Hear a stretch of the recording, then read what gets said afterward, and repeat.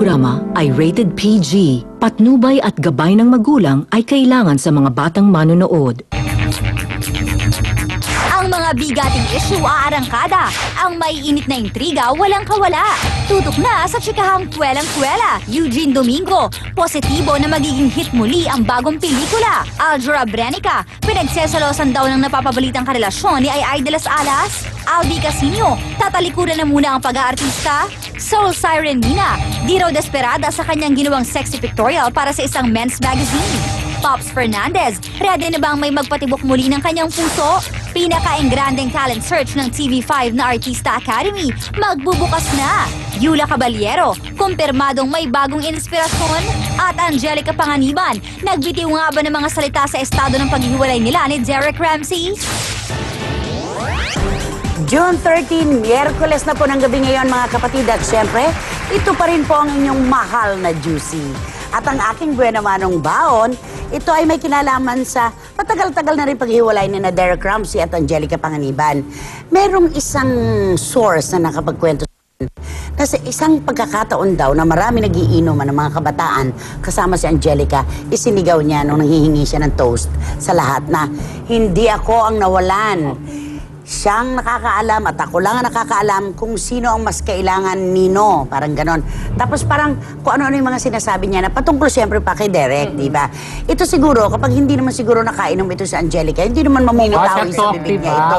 Hindi nga siya nagsasalita eh. Pero binibigyan din natin ng pagkakataon ng isang babae na magbas ng kanyang saloobin kung manghiraman siya ng tulong sa alak. Siguro ito lang kailangan para naman makapaglabas siya ng sama ng loob. Part ng moving on kasi yung ganun eh, yung ilabas mo talaga. Yes. Pero na ang lagi nilang binapato naman ito kay Derek Ramsey, yung halikan di umano na ano rin natin dito. Sinasabi ni Derek, ang alam ko sa pelikula yan. Bakit lagi niyo ba sinasabi na huli niyo naghahalikan? Alam niya daw sa pelikula lang daw talaga. Saka lagi niya sinasabi, hindi ganyan ang girlfriend ko. Yes. Hindi ganyan si Angel. At si John Lloyd naman, if ever it's true, siguro kakausapin naman niya ako. Si Angelica naman, nakatagal naman siya ng 6 years sa isang relasyon. Matagal yun. Sobrang naman yung sapat na barometer yun.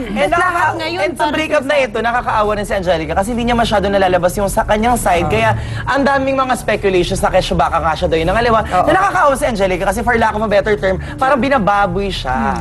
Lahat na lang naglalaroan. Pero maganda kay Angelica na yun, nakita ko siya sa isang interview, hindi siya nagsasalita ng tapos. Totoo yun. Dahil nung tinatanong siya tungkol kay John Lloyd na baka maaaring meron silang something special, hindi mamatay-matay itong chismis na to sa kanila, issue na to sa kanya. Ang sagot niya, sa ngayon, magkaibigan kami at pareho kaming, di ba, walang karelasyon. Wasak ang puso. Hindi natin alam bukas, sa isang bukas o sa isang linggo. Basta siya, hindi siya nagsasalita ng tapos. Yun naman ang maganda kay Kasi silang sabit pareho. At bukod doon sa hindi niya pagsasalita ng anuman tungkol kay John Lloyd, hindi rin niya sinisiraan si Derek. Yung respeto niya sa 5-6 na taon nilang relasyon, nandun pa rin. Ang ganda nung gano'n. Maganda yun. Kahit alam mo, sa interview, mukha naman talaga siyang totoong tao eh. Mukhang hindi yung Ay, napakadiretso, no? Ayaw kanya.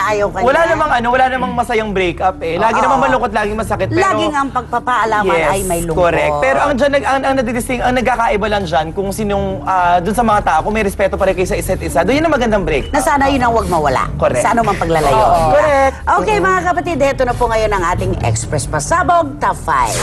Express Pasabog Top 5. Pops Fernandez, ready to fall in love again? Namataan namin sa isang event ang concert queen na si Pops Fernandez at isa lang ang aming napansin. Mukhang blooming ang aura ni Pops ngayon. Kaya ang tanong ng mga ka-freshness, ready na bang may magpatibok muli sa puso mo, Pops? Wala na nga. Puro business na lang. Sayang naman ang ganda. Oo nga. I-announce na lang natin na sayang ang ganda. Ay, nice, si Jessica Sanchez. Ay, Ang peki to. Siguro din ni Jessica Sanchez at di Mayor Sanchez. Kumanta ng Star-Spangled Banner sa laban Eto ni na. Pacman. Nay, para sa ating one-sided showbiz feed. Siyempre two-sided Nakakadalo ito, talaga. diba?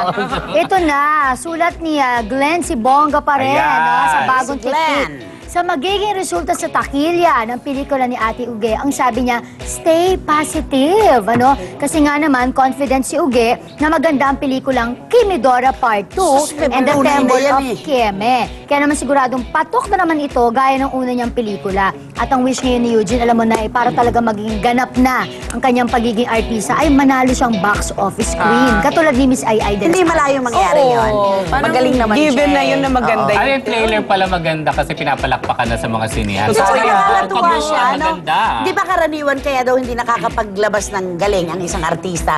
Yung parang mas conscious sila on how they look. Di ba? Parang, si Uge walang pakialam talaga.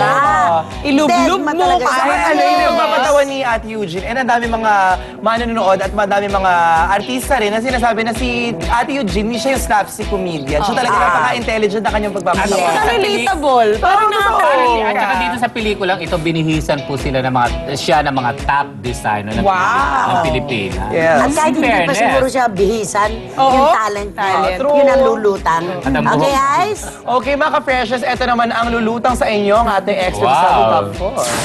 Express Pasab Top 4. Sheena Halili at Rocco Nacino, Young Stars in Love. Matagal nang napapabalita na may namumuong relasyon sa pagitan ng dalawang promising young stars na sina Rocco Nacino at Sheena Halili. Pero nananatiling tikom ang bibig ng dalawa. Ngayong nawataan namin ng rumored sweethearts na magkasama sa isang event, may aminin na kaya sila sa ating mga kapatid? Hindi naman namin napapansin kasi nga nag-enjoy naman kami magkasama. Saka hindi naman sa tagal yun, diba? So mas maganda talaga yung kilalanin muna namin yung isa't isa. Hindi naman na dahil sa ngayon na dapat agad-agad, diba? Pwede pa naman, nasa sa aming dalawa naman yung kailan namin gusto maging kami or maging ganito na lang muna talaga kami. Saka kaming pareho, hindi nagtutugma yung sked namin. So, maganda na career muna rin ako. Most important is we're in good terms and we're enjoying what's happening with us right now. So yun, hindi naman kami nagmamadali. Ganun pa rin, hindi naman kami nagmamadali. We have lots of things coming up for us pa. So ito, ang importante lang, ito, special kami sa isa't isa. At para sa bangus-bangusan na pants ni Divine, narito ang another showbiz kaliskis. quiz. May kaliskis. Oh, di ba? Ito naman, Jean Garcia. Kahit daw umabot pa ng 50 years old, gusto pa rin magsuot ng wedding gown. Ito ay sulat ni Kuya Joe Cesar ng bagong tiktik. Pero sa ngayon hindi pa rin daw ready si Miss Jean Garcia na kumbaga sa inaalok na kasal sa kanya, di ba? Kumbaga inisnap nga daw niya kasi yung kasal na alok ng mga ama ng dalawa niyang anak. Ito naman sulat to niya, Kuya Joe Cesar pa rin ng Police Files tonight.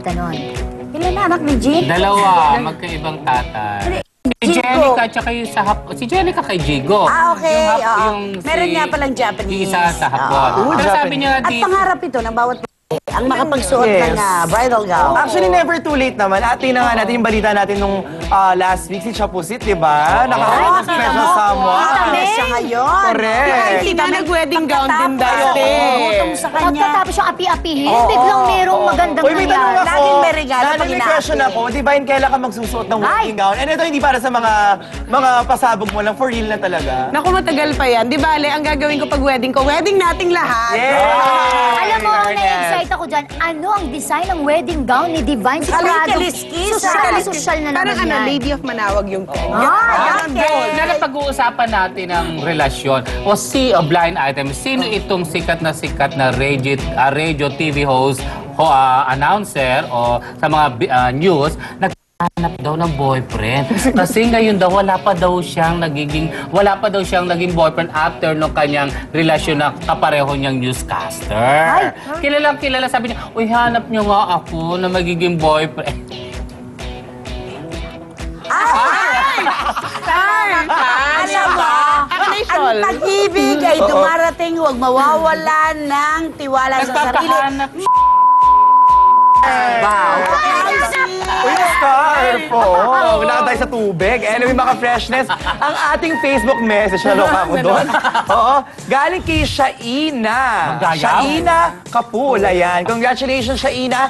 Nanalo ka ng gift pack from Juicy and mag-login na kayo sa Facebook page namin Juicy on TV5. Follow us on Twitter at Juicy on TV5 and log into our website www.juicyondtv5.com. Okay, ang dami pa po naming kwento dahil... Ito ang huling agupit ng mga chikahang nag-iinit. Todo ang hirit sa... Juicy!